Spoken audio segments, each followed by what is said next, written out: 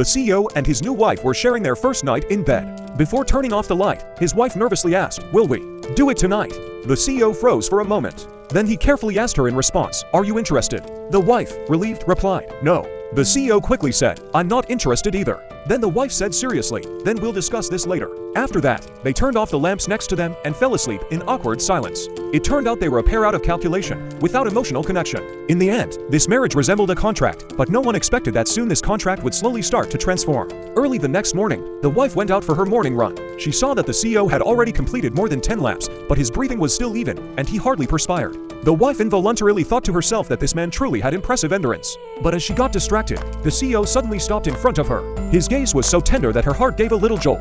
The wife instantly blushed, thinking she had something on her face. The CEO asked her, "Do you have makeup on?" She replied, "No." The CEO looked at her seriously and said, "You look very good." She responded, "You too." And turning around, she walked away. The CEO, watching her, thought that she didn't like his compliment.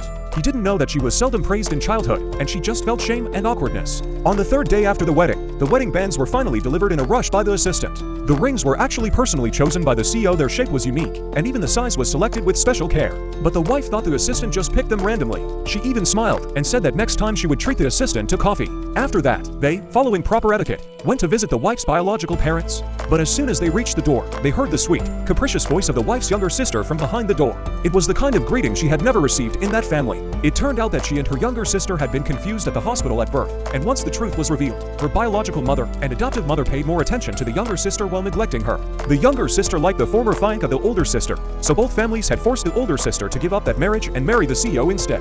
And today was the day when the younger sister and her ex-fiancé arrived to visit their parents too.